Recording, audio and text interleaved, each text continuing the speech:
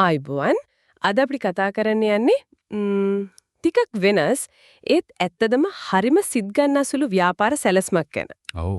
මේක අර මංගල ඡායාරූප ගන්න බැරි වෙනු අයට අලුත් විදියට ඒ අවස්ථාව ලබා දෙන එකක් නේද? හරියටම.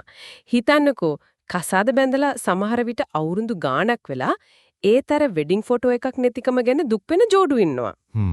ඉතින් ඒ අයට AI තාක්ෂණයයි පොඩි මැනුවල් එඩිටින් එකකුයි පාවිච්චි කරලා ගොඩක් අඩු වියදමකින් නියම වඩිය පේන වෙඩින් ෆොටෝ එකක් හදලා දෙන සේවාවක් ගැන තමයි මේකට ආවා. මේ තුරුතුරු ඔක්කොම තියෙන අර wedding photo business marketing plan කියන ලියවිලේ නේද? ඔව්. අපි බලමු කොහොමද මේගොල්ලෝ මේ වගේ අතීතයේ මගහැරුණු දෙයක් අතේ තියෙන ෆෝන් එකේම අඩු වියදමකින් ඇත්තක් කරන්න හදන්නේ කියලා. ඉතින් අර මේ අදහස ප්‍රධාන වශයෙන්ම ඉලක්ක කරන්නේ කාවද? සැලැස්මේ හැටියට. ප්‍රධාන වශයෙන් බණන් අර අඩු ආදායම්ලාභී. ඒ කියන්නේ සමහර විට ලොකු වෙඩින් එකක් ගන්න සල්ලි තිබිලා නැහැ. ඔව්. වයස අවුරුදු 25 40ත් අතර අර මංගල ඡායාරූපයක් නැති එක ගැන පොඩි කනගාටුවකින් ඉන්න ජෝඩු තමයි. ඒ ඇරෙන්න වෙනත් අයත් ඉන්නවද? ඔව්. අලුතින් විවාහ ගිවිසගත් අය සමහර වෙලාවට බර්ත්ඩේ ෂූට්ස්, බ්‍රයිඩල් ෂූට්ස් වගේ දේවල් වලටත් ඉඩ තියනවා කියලා කියනවා. ලංකාවේ කොහෙද වැඩිපුරම අවධානය යොමු කරන්නේ? ගොඩක් වෙලාවට නාගරික උපනාගරික පැත්තේ. කොළඹ, ගම්පහ, කුරුණෑගල වගේ. මෙතන තියෙන අර විශේෂම දෙය, ඒ කියන්නේ USP එක. ඒක තමයි රුපියල් 500ක් 1500ක් වගේ. ඇත්තටම හරිම අඩු ගාණක් නේද?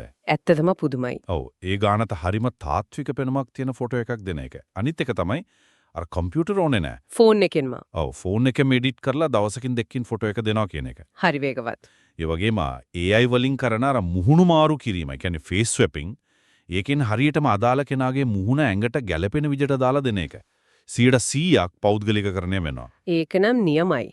ඉතින් කොහොමද මේ කියන අයට මේ සේවාව ගැන දැනගන්න සලස්වන්නේ? අලෙවි කරන ක්‍රම මොනවද? ඒකත් හරිම සරලයි. සම්පූර්ණයෙන්ම වගේ ජංගම දුරකථනය වටා තමයි ගිතිලා තියෙන්නේ. වියදමත් හරිම අඩුයි. ඒ කියන්නේ ප්‍රධාන වශයෙන්ම සමාජ මාධ්‍ය Instagram, Facebook, TikTok. හරි. ඒවයි දානවා අර before after photos. ඒකෙන් ආකර්ෂණීය වෙරෝ නේද? ඔව්. ඒ වගේම AI එඩිටින් කරන හැටි පෙන්වන පොඩි වීඩියෝ ක්ලිප්ස්. තප්පර 15 30ක වගේ. රීල්ස් වගේවා. ඔව් රීල්ස්, TikToks. අර මුහුණු මාරු කරන හැටි, බෑග්ග්‍රවුන්ඩ් එක වෙනස් කරන හැටි වගේ දේවල් පෙන්නනවා. පාරිභෝගිකයන්ගෙන් WhatsApp වලින් ගත්ත හොඳ ප්‍රතිචාරයමත් පාවිච්චි කරනවා. ටෙස්ටිමෝනියල්ස් වගේ. ඔව්. සතියකට පෝස්ට් 4-5ක් වගේ දාන්න තමයි සැලසුම. ඒවට පාවිච්චි කරන ටූල්ස් එහෙම. අර Canva එකෙන් නොමිලේ පෝස්ට් හදාගන්න පුළුවන් නේ. පින්නේ CapCut, InShot වගේ ෆෝන් එකෙම වීඩියෝ හදන apps. හරිම ලීසි එතකොට. ඔව්. අර #SLWeddingPhotos, #BudgetWedding වගේ hashtag එකක් දානවා. ඒත් මට පොඩි දෙයක් අහන්න තියෙනවා. මේ Instagram, TikTok වගේ ඒ වගේන් විතරක් අර කියන වයස් කාණ්ඩේ සමහර විට අඩු ආදායම්ලාභී හැමෝම ඕව පාවිච්චි කරනවද දන්නෙත් නැහනේ. ඒක ඇත්ත. ඒකටත් මේකේ උත්තරයක් තියෙනවා. ඒ තමයි WhatsApp. WhatsApp වලින් කොහමද? පවුලේ අය යාළුවන් ඉන්න WhatsApp group වල sample photos share කරනවා. කටින් කට යනවා වගේ. ඔව්. ඒ වගේම උනන්දුවක් දක්වන අයත් එක්ක කෙලින්ම WhatsApp වලින් කතා කරනවා. සමහර විට එක ෆොටෝ එකක් නොමිලේ එඩිට් කරලා දෙනවා විශ්වාසය ගන්න. ඒක හොඳ අදහසක්. WhatsApp status වල පොඩි දීමනා දානවා පළමු 10 දෙනාට රුපියල් 500ට වගේ WhatsApp business app එකත් යොදා ගන්නවා. එතකොට වෙනත් ව්‍යාපාරයක සම්බන්ධ වෙන්නේ නැද්ද? ඒකත් තියෙනවා. අර wedding plannersලා, salon කාරයෝ, photographers ලා ඉන්නවනේ. එයාලත් එක්කත් WhatsApp හරහාම සම්බන්ධ වෙලා එයාලා කවුරු හරි යොමු කළොත් පොඩි කොමිෂන් එකක් දෙනවා 10ක් වගේ. රෙෆරල් ප්‍රෝග්‍රෑම් එකක් වගේ. ඔව්. එයාලගේ ගනුදෙනු කාර්යයන්ටත් නොමිලේ සාම්පල් එකක් පෙන්වන්න දෙනවා. අනිත් එක අර ළඟ තියෙන සැලෝන්, ස්ටුඩියෝ වලට ගිහින් Canva වලින්ම නොමිලේ හදාගත්ත බිස්නස් කාඩ්ස් දීලා එනවා. ඇත්තටම අඩු වියදම් ක්‍රම නේද මේ ඔක්කොම? ඔව්. අන්තිමටම Facebook, Instagram වල පොඩි ඇඩ්ස් ටිකක් දානවා. ඒකටත් වෙන් කරලා තියෙන්නේ මාසෙට රුපියල් 1000ක් 2000ක් වගේ ගාණක්. 1000කින් 2000කින් ඇඩ් දාන්න පුළුවන්ද? පුළුවන්. අර වයස 25 40 ලංකාවේ ඉන්න වෙඩින් වගේ දේවල් වලට කැමති අයව ඉලක්ක කරලා දැන්වීම දැක්කම කෙලින්ම WhatsApp එකට මැසේජ් එකක් එන විදියට හදනවා. හරි. මේ ඔක්කොම ෆෝන් එකේ තියෙන Meta Ads Manager app එකකින්ම කරගන්න පුළුවන්. ඒ කියන්නේ මේක පටන් ගන්න ලොකු මුදලක් යන්නේම නෑ වගේ. ඔව්. හරි. මේ වෙඩේ කවුද ඇත්තරම කරන්නේ? තනියමද? නෑ සැලස්මේ හැටියට ඥාති සහෝදරයෙක් උදව්වට ඉන්නවා. එයා තමයි අර සෝෂල් මීඩියා පෝස්ට් හදන එක, WhatsApp මැසේජ් වලට උත්තර දෙන එක, අර රීල්ස් TikToks එඩිට් කරන එක කරන්නේ. එයාට ඒවට දැනුමක් තියෙනවද? YouTube වලින් ඉගෙන ගන්නවා කියලා තමයි කියන්නේ. හොඳයි. එයාටත් මොනහරි ගෙවීමක් කරනවද? ඔව් ලාභයෙන් තියකුයි හදන වීඩියෝ එකකට රු 200 500 වගේ පොඩි බෝනස් එකකුයි දෙනවා. එතකොට එයාත් උනන්දු වෙනවනේ. ඒක හොඳයි. ඉලක්කයම තියෙනවද මේ වටේද? ඔව් පැහැදිලි ඉලක්ක තියෙනවා. පළවෙනි මාසේ සේවාදායකින් 5ක් 10ක් වගේ අරගෙන රුපියල් 5000ක් 15000ක් වගේ ආදායමක් ගන්න. මාස 3ක් ඇතුළත මාසෙට සේවාදායකින් 20 30ක් එක්ක ආදායම 30000ක් 55000ක් 1000ක් කරන්න.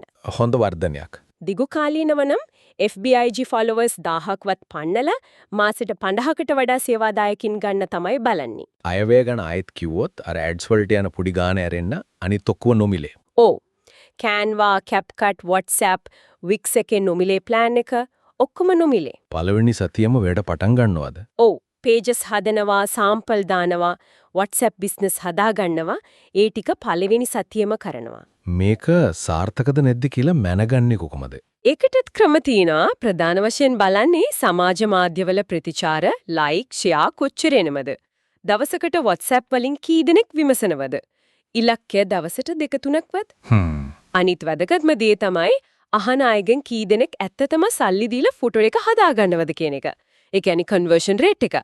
අහන 10න් 3ක් 4ක්වත් ගත්තොත් සාර්ථකයි. ඒ දත්ත බලන්නෙත් ෆෝන් එකෙන්මද?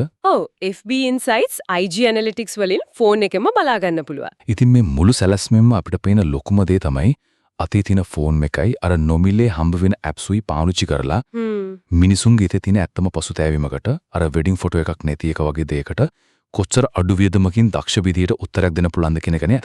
හරියටම මෙතන තියෙන පුදුමම දේ තමයි අර AI වගේ අලුත්ම තාක්ෂණයක් හරිම පෞද්ගලික හැඟීම්බර අවශ්‍යතාවයක් එක්ක ඒ කියන්නේ අවුරුදු ගාණක් පරණ මංගල මතකයක් එක්ක සහ වියදමක් නැති තරම් අඩු අර ගමේ ගොඩේ අලෙවි කරන ක්‍රමය එක්ක එකට නැට ගහලා තියෙන විදිහ අර මුහුණු මාරු කරන එකෙන් ඒ හැඟීම තවත් වැඩි වෙනවා. එනම් සාරාංශයක් විදිහට කිව්වොත් මේ උපාය මාර්ගය වෙන්නේ හැමෝගෙම අතේ තියෙන ජංගම මෙවලම් සහ සමාජ මාධ්‍ය පාවිච්චි කරලා ගොඩක් අඩ තියෙන පුදු පසුතැවීමකට යාලට දරන්න පුරන් මිලකට තාක්ෂණය මුසු කරපු විසඳුමක් දෙන එක.